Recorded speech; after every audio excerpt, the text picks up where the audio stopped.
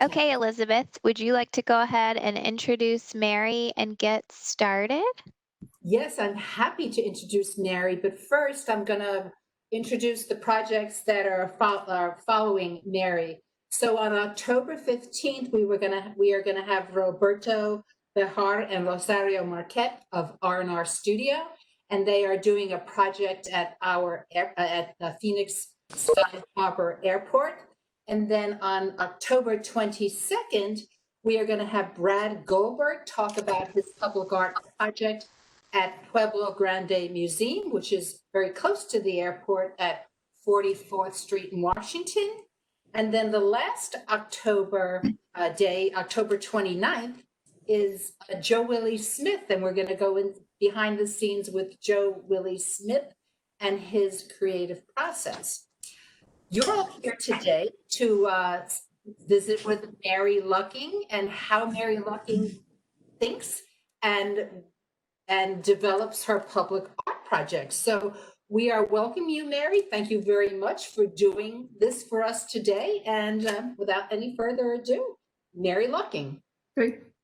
Well, hi, everybody. Thanks so much for coming. And I'm really thrilled to be part of this this club of people who are doing these presentations. I'm a big fan of the other artists, and I would highly recommend, especially next weekend. I've heard them talk. They came to ASU last year, and they're super delightful. So I'm really looking forward to that. So I was asked what I wanted to talk about, and I'm going to share my screen and start this presentation. Share screen. Here we go. And can you see my screen now? No. I'm going to try sharing the screen again. Share screen. Okay.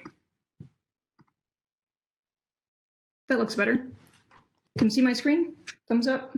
Good. Okay. So I was asked to talk about public art, and Elizabeth asked what I wanted to talk about. And the tricky thing about public art is that every single project you work on is so incredibly different. Every scenario, every site you deal with is different. It'll be a train station or a park or a fire station. And then along the way, you're going to run into all sorts of different little things that are going to pop up that you'd never run into before. So to talk about public art in general is a really tricky thing to do because there's just so much variable from project to project and within the project.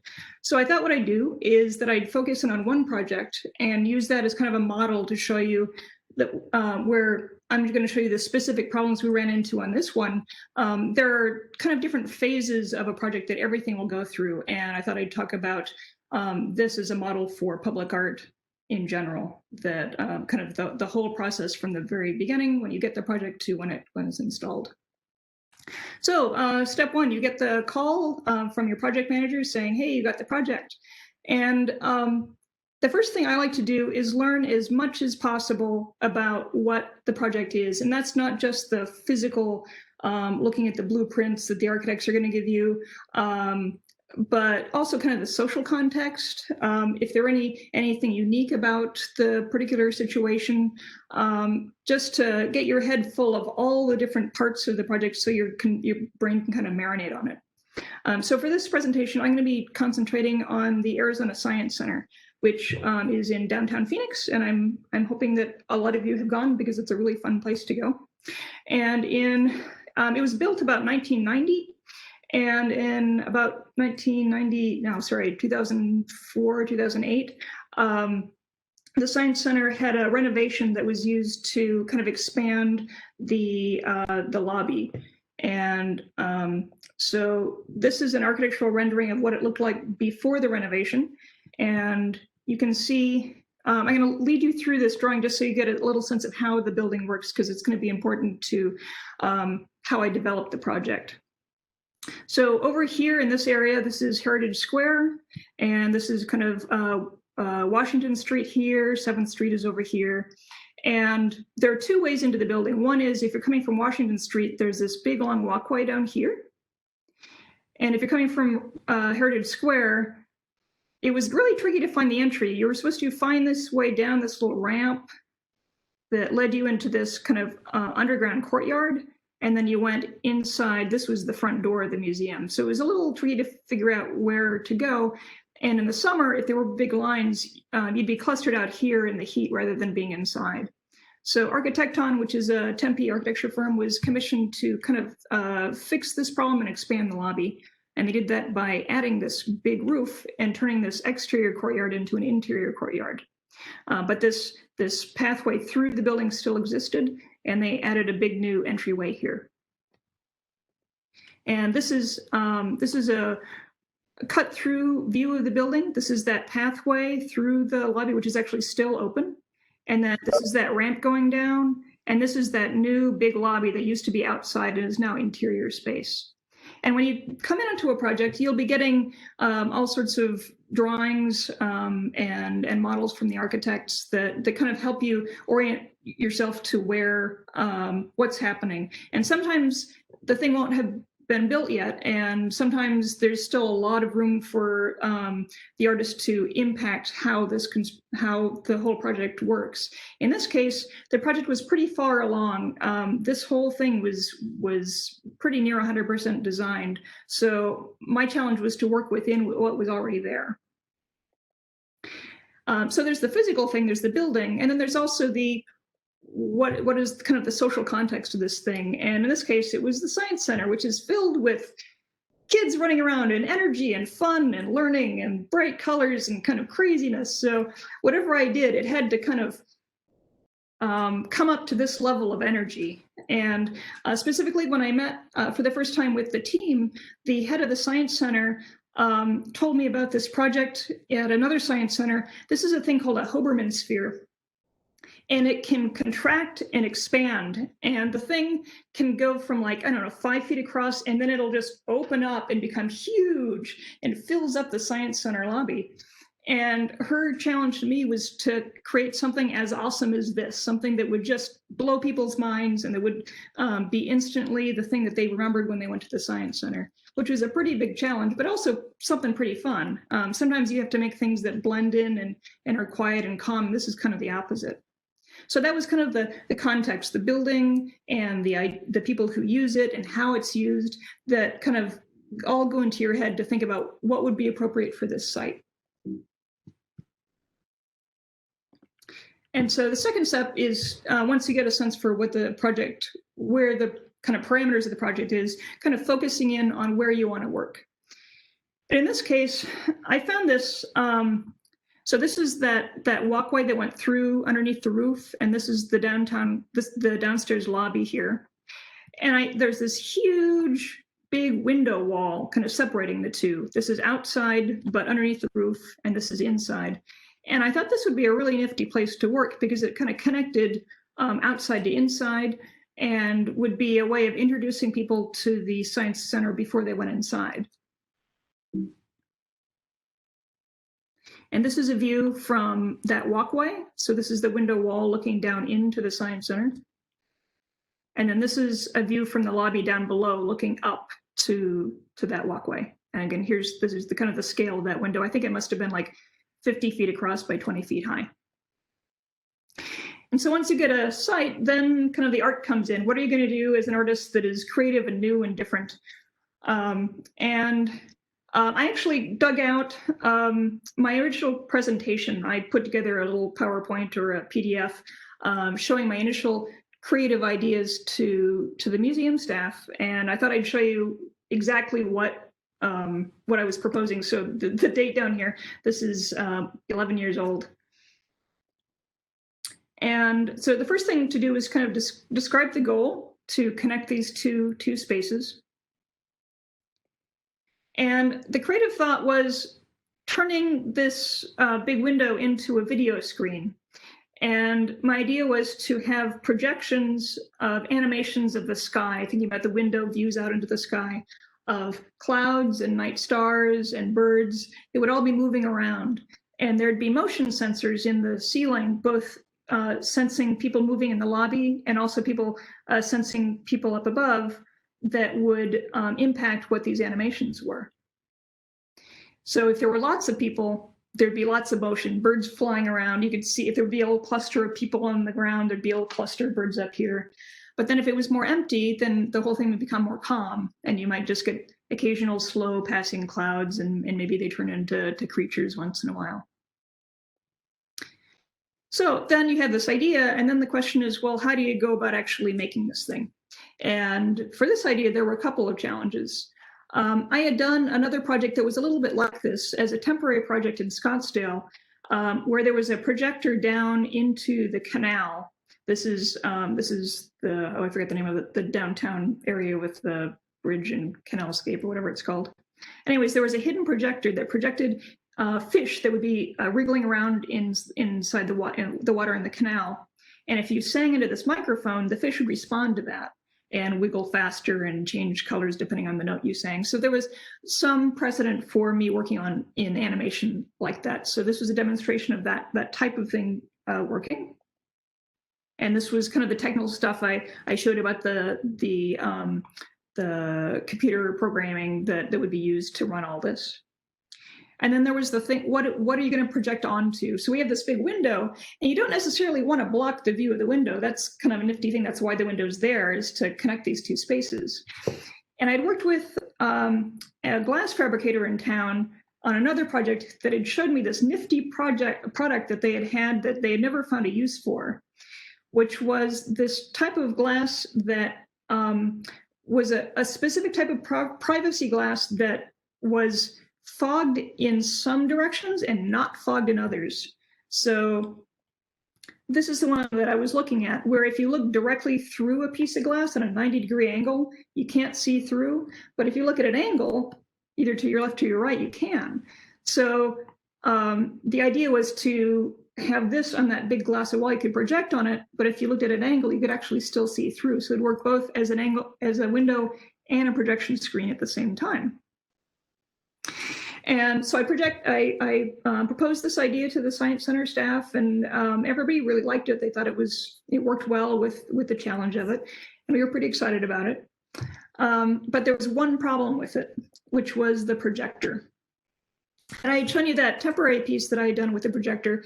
Projectors work really, really well for temporary pieces, but the Phoenix Public Art actually had commissioned a permanent piece involving a video projector a few years before, and they had a huge amount of trouble keeping it running. These projectors are very finicky, and if you think about public art projects, they're going to be out there for years and years and years, and the things that they're made out of have to be just solid as a rock.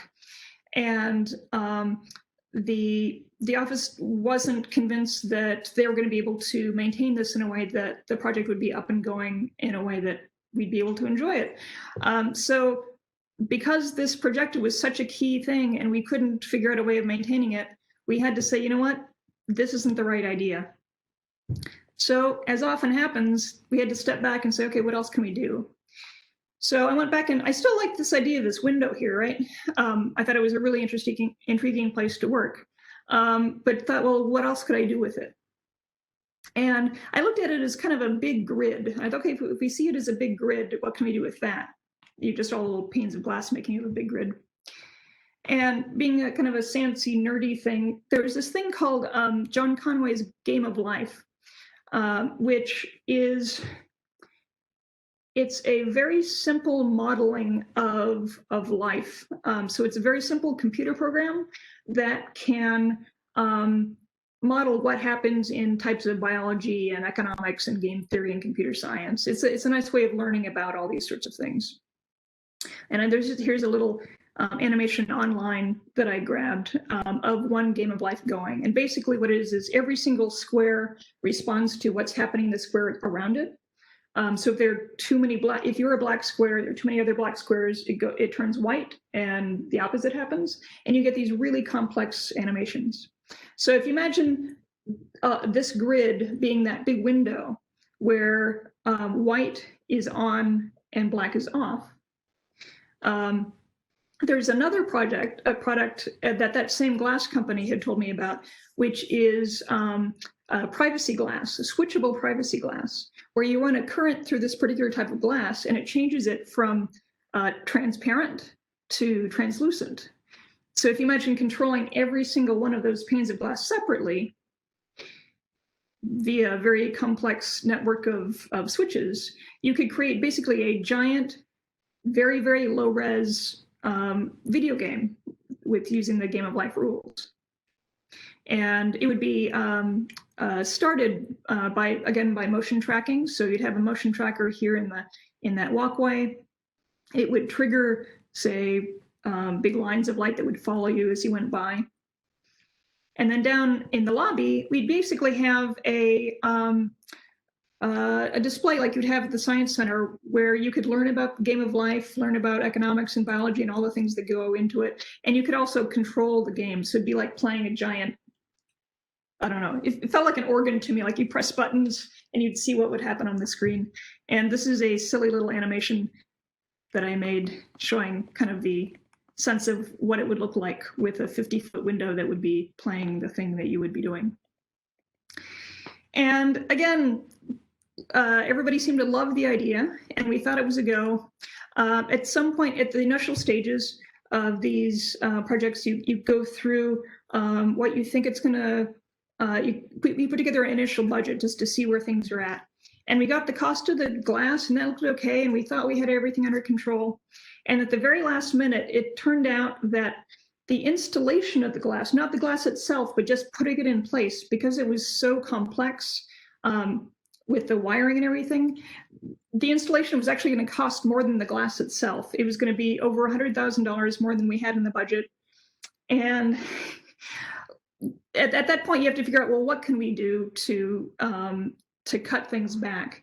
But if you have something that's that far out of the budget, you know, I could have done like maybe half of the pieces of glass, but you start thinking, well, is that going to do the thing that I really want to do? And in this case, the thing you really wanted to do was take over that entire wall and make it one big thing. And to do less of that really started making the project like, you know, this isn't doing the amazing thing that we wanted to do.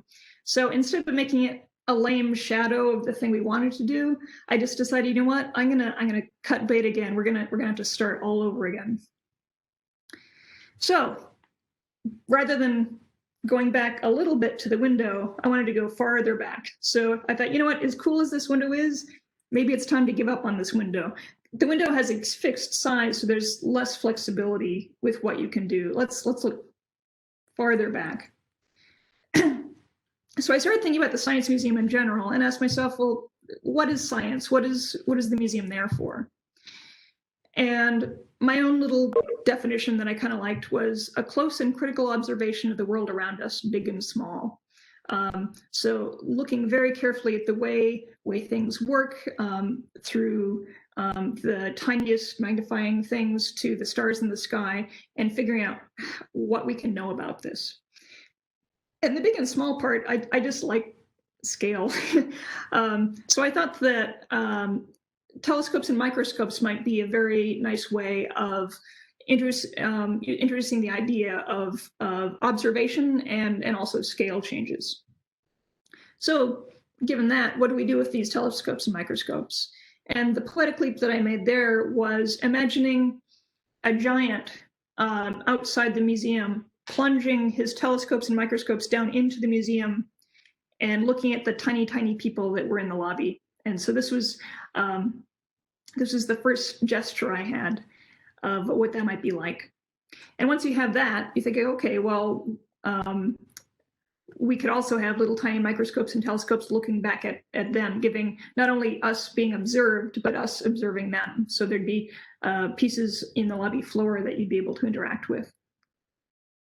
And then the loop, the final piece was this idea of the loop, where if you look through the little telescope, there'd be a video camera hidden inside that would be taking live video feed of your eye that would be transmitted to the end of this very large telescope. So you get the giant eye of the giant looking back and forth at you. And then so that's the telescope part here. This is the end of the microscope. And that could track people as they were walking back and forth along the walkway outside. So once you have this poetic idea, you can make little sketches, and then you have to figure out how to actually build it. So in order to, when I'm designing things beyond just the initial poetic idea, when I get down to the part where I have to decide, okay, how big are things actually? How do I think these are things going to be fabricated? I really like designing in a computer program called SketchUp, which is it's a quite simple and relatively cheap 3D modeling program. And one thing I really like about it is that, well, a couple of things. One, often architects will be able to give you models of the building that they're designing, so you can actually design within the space that they're making. And then it also helps me to be realistic about how big something really is. If I sketch a telescope on a piece of paper and I draw a little person, it's easy to imagine scales, and they kind of shift and change, and it's not really clear how big something is. In this program, everything is the size that it is, and if I can see what a 20-foot telescope looks like when it's hanging off a 30-foot ceiling compared to a 6-foot person. And that's a plug for SketchUp. I find it really helpful. And then I also, City of Phoenix actually has a workshop that's online. Katie, do you want to talk about that for a minute? Yeah, the last link that I just posted in the chat here is a link directly to um, Bill Dambrova's SketchUp tutorial workshop. Um, and in that workshop, he walks through specifically how to um, utilize SketchUp and kind of the basics of how you can use it to draw for public art projects. Okay. Thanks, Katie. If you couldn't hear her, she's posting a link to a workshop. Ah. Oh, now I can't hear you at all. Oh, wait. Technology is fun. The last link in the chat box is the link that takes you directly to Bill Dambrova's How to Use SketchUp workshop. Yeah. And I should say that you by no means have to use SketchUp or any sort of 3D modeling program for public art. I have seen Louise Bourgeois did a piece for the convention center downtown, and there was this amazing model that she made out of like little bits of cardboard taped together, and it was incredible. But it does, and we'll talk about this later, it really helps in communicating. It is not necessary, but it can be very helpful in making just all the steps a little bit easier. So I would highly recommend it. It doesn't take too long to figure it out. The next step is to kind of model these things and see how they might work. This is a slice. This is that model of the telescope sliced through, and it shows kind of how I think it might work. So there's a video monitor here. It kind of gives the size of the video monitor. I thought at some point there might be a transparent plastic lens at the end. There's going to be a video cable that needs to go over, and I thought maybe aluminum because it's lighter. So these are just first guesses for me. This is how I thought the floor telescope might work, with a mounting thing and a faked mirror lens at the end, and then there'd be a video box down here, and it shows where the little tiny video camera that was taking a picture of your eye would be. And then I bring those into my fabricator, and these are just kind of initial. This is not how this is going to be built. This is my first guess at how it might be built, because I don't actually fabricate anything. There are artists. Kevin Barry is an artist in town who often fabricates his own pieces. That's a wonderful and amazing and valid way of making public art, but it is not the only way. I find fabricators who are experts in their fields, and I work with them. They bring their own expertise, and it turns into a conversation. So it makes the project, I think better. So this is kind of a second go at the designs after I talked with, in this case, the fabricator was Magnum, that does a lot of architectural metalwork in town. And they suggested, say, 3 legs instead of 1 to make it more stable. And then you'll see it gets more refined. There's lots of measurements for them to get a sense of what it might cost to make this. And then once we get far enough along, then Magnum will do a shop drawing. And this is a shop drawing of the floor telescope. And it shows things like all the dimensions of the pieces. This is a convex stainless steel piece with a mirror finish, which, by the way, they found out the cheapest way of making that was just to buy a hubcap. So if you go, there's actually a large hubcap at the end, which was perfect. So this is just all the information that they'll need to build it, which will eventually need to get stamped by an engineer. So again, I don't need to know how things are built. If you have an inclination for how things are put together, what might make things stronger or weaker or better under a lot of abuse, that's really handy. But to find people who have a lot of experience building things is a nice way of being able to bring your creativity and team it with their experience to make something that's going to last well. Another thing we had to think about was accessibility. And if you're going to be looking through this telescope, it needs to be able to be at everybody's eye level. And that's everybody from a tall adult through a very small child in a wheelchair, which meant that the whole thing had to move. And so this was drawings of the telescope that Magnum was showing, kind of the variation of what the distances were that we needed to get the telescope to. We also had to figure out how to slow the motion down so that it wouldn't just fall on somebody's head when you let go of it.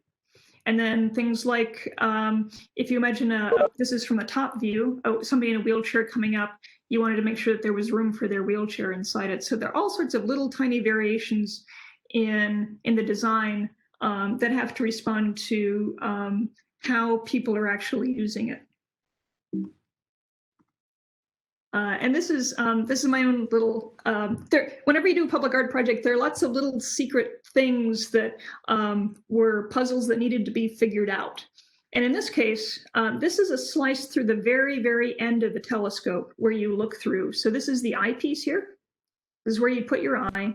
And this little thing was the video camera that was going to be taking a look at video of your eye. But if you think about when you put your eye up to a telescope, it's really dark in there.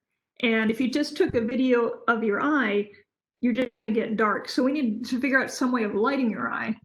But if you put a light in there, you're just going to blind somebody. So the thing we figured out to do was, rather than the eyepiece being steel, we actually made out of clear acrylic. So this became a light source from the ambient light around. So what could have been a stumbling point that may have killed the project, who knows? We were able to do a really simple change into a different material that solved that problem. And then so that was the conversation I had with Magnum about fabricating the metal pieces. And then the other part of this was the electronics part, all the video that was involved.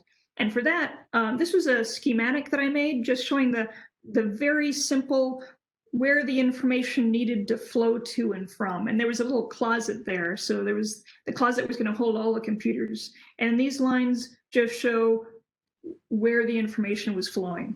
And this was useful to talk to the person I was working with on this side of thing. Even though I had done computer programming and animations like this before on my own, because this was a permanent thing, because it was more complex, I decided to bring in an expert to work on this.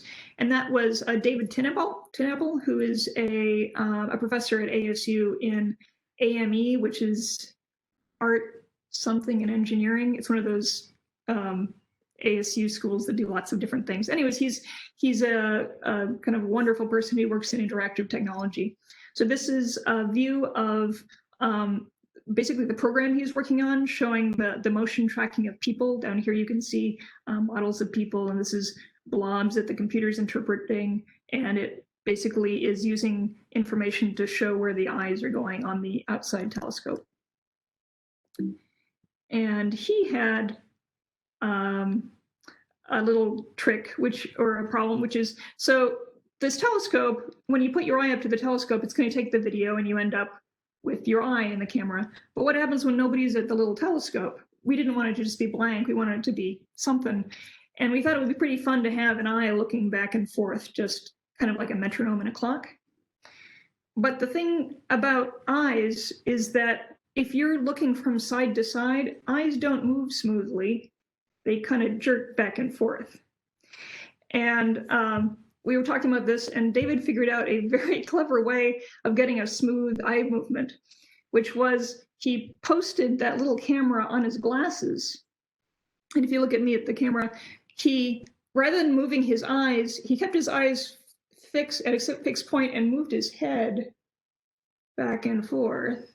And what you end up with is a very strange video that you wouldn't be able to get any other way. So that's the video that's used up there. And again, it's just a little secret pleasure whenever I look at that eye going back. I love that David figured out a way of figuring that out. And then the last question was, well, what are you going to look at when you look through here? You're videotaping the eye, but what are you seeing inside the telescope? And thinking about the whole project in general, about there are these feedback loops about you looking at the giants and the giants looking down at you. And it was all about seeing and being seen. And I thought it would be pretty fun to have little creatures looking back at you. So I got a bunch of video clips of different animals. And so if you look through the telescope, you're going to be seeing this, which is little clips of different animals from around the world looking back at you. There are a couple of funny ones that I won't show you the whole thing. We'll stop with that. Okay, so once you have the coordination done, in this case, the budget worked out better. We had to take out one element of it. There was supposed to be both a telescope and a microscope on the ground. We ended up with just the 3 elements. But we got to the point where we were all very confident that we were going to be able to get this to work. And then you get to go into the building step, which is the most major part of it. That's when metal starts being moved around. But from my standpoint as an artist who mostly designs, my role at this point is more of a coordinator. I'm there to answer questions whenever my fabricators come up to a detail that hadn't been figured out. I'm making sure that the money's going and coming at the right time. We're making sure that the coordination with the architect and the builders is good. So my role starts out really big and actually kind of gets small, but I'm kind of the project manager at this point. I'm not the project manager. We'll talk about that in a minute. So this is a piece. This is an image of the shop, Magnum shop, where they're fabricating this is the large ceiling microscope. This is an image inside of the telescope, which is 20 feet long. And you'll see there are pieces that are welded. This is a very thin aluminum skin with a stainless steel structure to make it as light as possible. But you'll see these are bolts. And the reason they're bolts is that this is so long that they're so big that we needed to bring this in pieces and assemble it on site. So they not only had to figure out how to build it, but build it in component parts that would be easy to put back together. And then this is another piece shot at the shop, and this is Raphael, and Raphael was my project manager. I haven't mentioned project managers yet, but they're a really, really key piece of the puzzle here. So Raphael worked for the city of Phoenix. He's gone on to amazing other jobs in other countries right now. And his job was the super coordinator.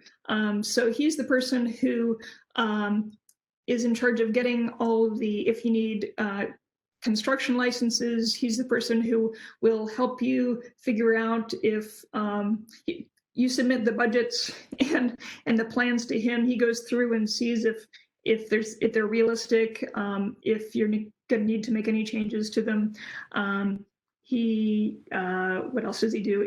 If there are problems coordinating between offices in the city, he'll be doing all that kind of stuff behind the scenes. If there are public meetings that need to be had, he'll be coordinating those. So Elizabeth and Katie, who are on this call, are examples of other project managers at the city of Phoenix. And in the best circumstances, they're the cheerleaders for the project. They are your teammate, and they're the person you go to if you have problems. And it's a very close relationship that you work with them to make this project happen. And then once it's fabricated, it's installation time. And again, if my role during fabrication was getting smaller, my role on installation day is very, very small. It's basically to be there as a cheerleader, to bring donuts or Cokes or coffee or whatever they need, to stay out of the way unless there's a question, and you're just making sure that everything's going up to plan. But in an ideal situation, everything should be really boring on that day. In this case, it wasn't really boring because we had really giant things being lifted into the air, so it was a little terrifying. But this is one of the pieces coming into the Science Center. It turns out that the Science Center has the largest elevator in the state of Arizona, which was good because that thing just barely fit through. Here are all the pieces laid out on the lobby floor, and then they needed to be bolted together on site and then hoisted into place. And in this case, there were 4 scissor lifts that had to be raised all the way to the ceiling in coordination with this thing hanging off of it. And then this thing was actually suspended from the ceiling via a bunch of cables that hook into these little black voids in the ceiling.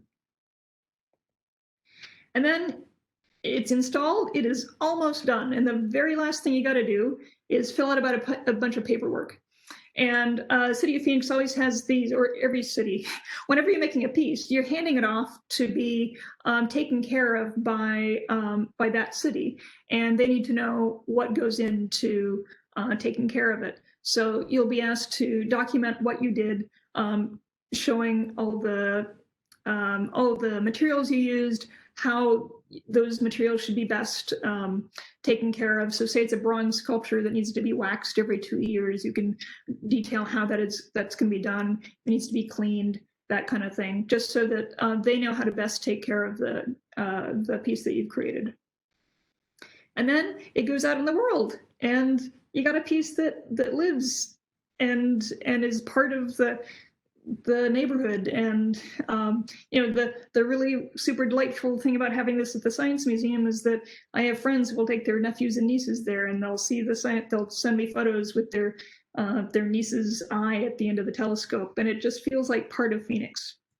And it's been there for nearly 11 years, and it's worked out pretty darn well. Sometimes there are instances where this is actually, the little telescope on the floor is actually, it's mobile. So when they have like big parties, they can clear it out to make room for it. And if they ever need to do maintenance, they can also wheel it out. And we just found out this morning, because of the current health situation, the Science Museum, I think, was shut for a while, but they are open back up. I just went to the website. And it turns out that they have temporarily removed the little telescope because of contamination issues with the eyepiece. So if you go to the Science Center now, you can go. I think you make reservations, wear masks and all the things. You won't be able to see the little telescope, but the big one with the eye going back is still back in action. So that is the story of the Science Center piece, which is called Curiouser and Curiouser, after the Alice in Wonderland smaller and larger quote. So I think it's question time. Elizabeth or Katie, what happens now? Everyone, I'll be reading from the chat box some questions that have come in. My name is Doug. I'm also in the Office of Arts and Culture. Very fantastic piece. Thank you so much. Thanks. Love it. Obviously, it looks great. Start with some simple questions and then they get more complex. Can we visit your telescope without buying a ticket to go into the museum? Yes, you can get into the main lobby without buying a ticket, and I'm pretty sure, and you can correct me, Elizabeth and Katie, that was part of why this is a public art piece, is that you don't need to get a ticket to see the telescope. But again, you can't see the little one right now. Hopefully that's a temporary situation. Mary, actually, before COVID-19 happened, whenever someone would come to town and they would ask me to see public art around town, that was always a stop. So, because number one, it's really cool and fun and interactive. And number two, it's inside. So you get a little AC, cool off. Yeah, it's a great stop on a public art tour of downtown. Great. Mary, when it comes to fabrication, how do you find your fabricators and the other professionals that help support your idea and help you troubleshoot? There are a couple of things I do. One is asking other artists is a really good way of finding people. There are a few fabricators in town that I think are wonderful. So I use Magnum for instance, but I have other friends who are amazing public artists who use other metal fabricators. But the main thing, say you're doing something in a material you have that's new and different.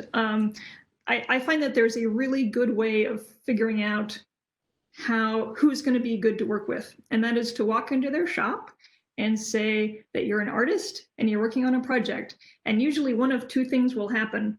One, they will run away, they will act like you were an annoyance and you're just not worth the hassle, or they will get really excited. and this is like the most fun, energizing thing they've seen all week. And you want to work with the people who are really excited, because they're the ones who are going to want to add in their creativity. They're the ones who are going to show you the weird samples of materials that they haven't figured out what to do with.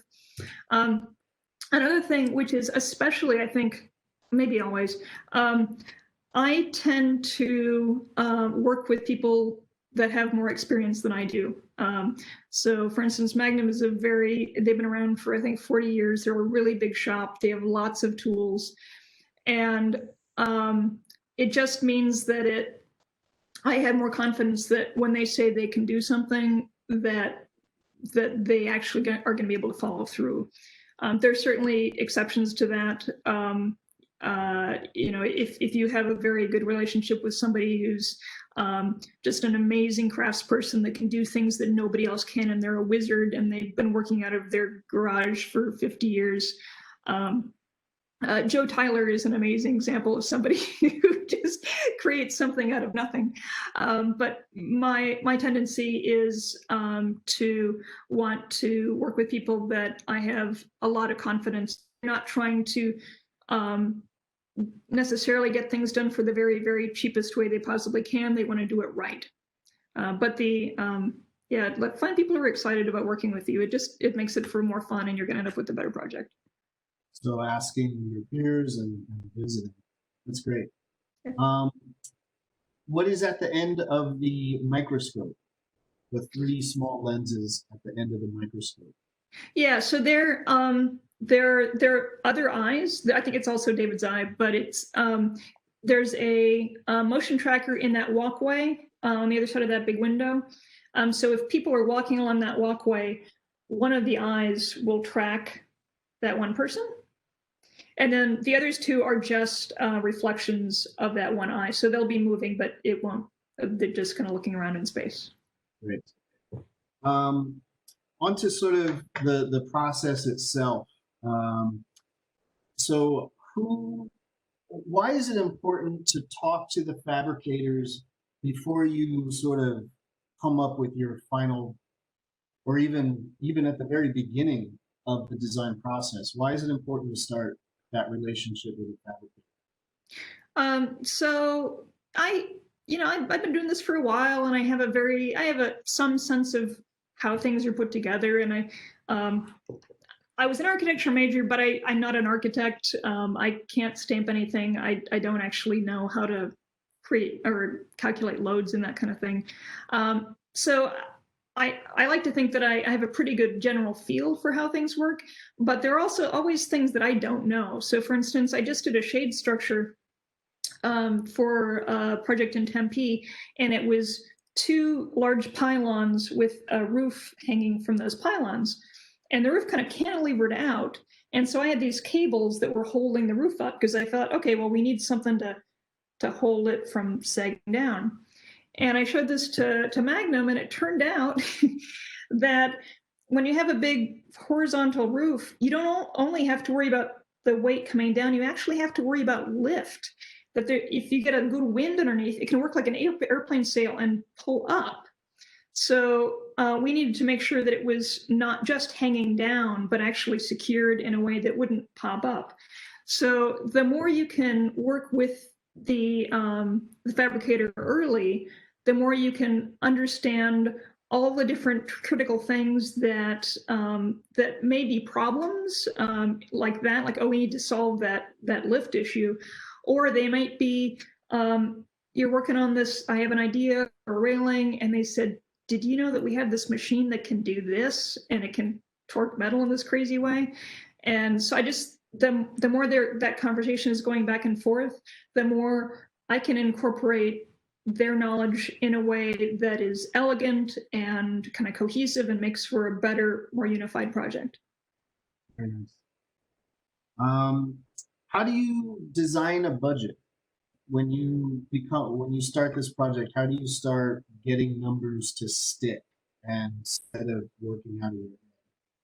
Yeah, well, it's tricky, right? I mean, there are surprises that come out sometime like that. You know, you think you know what installation will cost, and it turns out to be cost a lot more than that. But in general, as a rule of thumb, and I think this is especially true with beginning people new to public art, because they'll come in and they'll see a project like, oh, I have $100,000 project, and you think you have $100,000 to spend on the project, and that's a recipe for getting into a situation where you don't have enough money. So what I do is, when I'm first envisioning a project, say I got a commission for a $100,000 project, I like to think, to start out with, is I cut that number in half. And I say, okay, $50,000, that's how much money I have to spend to build the thing. And I start working with that in mind. And if you've never built anything in the public in steel, you have no idea, that's another reason why talking with the fabricator very early is good. So often I will do a very rough sketch of a project, saying, I think they're going to be these two sculptures that are 20 feet high that look like flowers, and I think these pieces are going to be like this. And if you and say to Magnum or the other fabricator, give me a super rough idea of what this might cost, and they're going to be able to tell you what they know. Like, okay, we think this will cost this and this will cost this, within ranges. They'll also be able to tell you what they don't know, which is footings for a 20-foot sculpture is going to be, could be a lot, could be a little. And that's where coordinating with the project manager might help, because in certain circumstances, some of the costs of those sort of things or lighting might be able to come through in other parts of the project. So it really, I'm going to say it depends, but the more you can talk to your fabricators and your project manager and get information with them about the actual parameters, the better. But I think to start out with, taking the budget in half. Oh, I shouldn't. What happens to the other half of the money? So there's half for fabricating. Excuse me. And then there's half for your design fee and coordination of the project. Usually there's like a 10% contingency fee, which you have for unknown things that pop up, and they do pop up. There's engineering costs that go into it. There'll be installation, there can be photography, all sorts of other little fluttery things that don't seem like they would be that much, but if you end up putting them together, they end up taking up about half of the budget. So that's kind of a good way to start. That's a great overview. Kind of sticking with the money aspect. Presumably this project took 3 to 4 years. When does money start exchanging hands? When do you have to start outlining for services that you pay, and how? So I want to answer that in 2 parts. So this project, bizarrely, it is a very good example of what can happen with projects and timelines. So I think I actually started this project back in 2004 is when I interviewed for the project and got the commission. And I didn't actually share with you, I went through an initial phase with 2 project managers where I came up with 3 different projects that you didn't see. And none of them, for whatever reason, went anywhere. And the whole project kind of went into hibernation, and I forgot about it for years. And then in 2009, I get a call from Raphael saying, "Do you believe in resurrection?" And the project had come back to life on a very short time. This building that I was showing, I talked earlier about timelines, and sometimes you come in early in a project and sometimes you come in late. I came into this project very, very late. So what usually would have been a couple of years turned out to be just, I think the whole project from initially getting it to installing it was about 1.5 years. And it was probably about 6 months with just the telescope, which is unbelievably fast. So the point number 1 I want to make very clearly is that just because you get a project, you cannot count on immediately getting an income from that. The way I am able to work is I think I have about 5 projects going at any one time, 5 to 8. And those things, even though they'll take years, they kind of overlap so that I always have something going. But if you're just starting out, you just have that one project and you're given a timeline. This is when that light rail thing is going to open up. It doesn't mean it's going to happen. It's rare that there aren't delays on projects. So the other part of it is, when do you get paid for things? And it can work in a couple different ways, but often there'll actually be 2 contracts. But even if there aren't, there's a design phase and a fabrication phase. So the design phase is where you're not actually building anything. You're producing drawings. It's both the initial kind of coming up with the imaginative things, doing all that research, and then doing the kind of researchy, how is this actually going to get built? So putting together working drawings and getting engineers stamped and getting everything ready so you're ready to do the fabrication. And so those are paid in different chunks. So say, I don't know, 15% of the budget will be in the design phase, 10%, something like that. And you'll get paid maybe in chunks for that. There might be an initial layout, and then at 30% design and at 90% design, you submit reports basically on what you've been doing, and you get checks from the city. And then for the fabrication, it can actually work in 2 different ways. There could be a project like this one that I showed where I'm actually paying Magnum to build this thing, where the city is paying me to deliver an object to them. And all that money flows through me. And again, that's paid in chunks. And they'll have a contract saying, okay, when the materials are delivered, you document that, and then the city will send you a check. And then when the pieces are built but not painted, you document that, and you'll get payments for that. So it's kind of broken up into chunks where you have deliverables, and you'll get paid for that. And usually there's a 5% held at the end until you get all your documentation and they make sure that everything's the way it is. So it's broken up into chunks. So you in no way have to have $50,000 in the bank in order to make this. Usually public art organizations are working with artists who don't have giant bank accounts that can self-fund giant projects. So things are built to help that work. I also want to say, Katie or Elizabeth, do you want to add anything or correct anything that I said? That sounds great. I can add a little bit. This is a good point to talk about, like, what you can negotiate in your contract with your project manager. As far as our contracts go, we have a payment schedule that's laid out in the contract. And that is something that we as project managers want to work with you on to make sure that first payment gives you kind of the cash flow that you need to get things started. For example, I've recently been going back and forth with an artist who his particular supplier of metal needs 50% upfront. So he needed a certain amount of money in his first payment to be able to pay for his materials to get going on building his project. So it's definitely something that we start out with a basic template of breaking that whole contract out into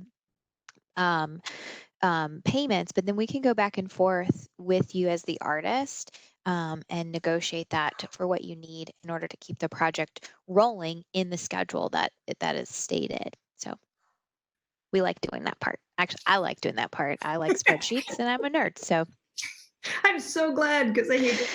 yeah. I think you'll find project managers are going to be able to help you develop and design a schedule and a payment and make sure you're paying attention to all those items that you need that you're not thinking of when you get awarded the project. Yeah, and that's where a project manager is both. The project manager is looking out for the project, and inside that, they're usually looking out for you, because if something's going wrong on your end, it's going to lead to problems down the line. So it's a super team thing. Right, they're going to support, the project managers are going to support you for a successful end result. Who reviews and your designs and helps identify potential problems? Does that happen through that collaboration with the fabricators? Yeah, it happens all the way through. So that's another situation where the project manager is very, very useful. I'll submit initial ideas to them to get their feedback. You know, they've typically had years and years and years of experience working through all sorts of projects. So they might be able to say, you know what, that budget's not looking as realistic as you think it is. Or there's this thing about fire stations that you didn't know that I've had issues with before. You might want to be on aware of that sort of a thing. Working with the fabricator is going to say, you know, this using titanium really is a terrible idea. Think about some other material.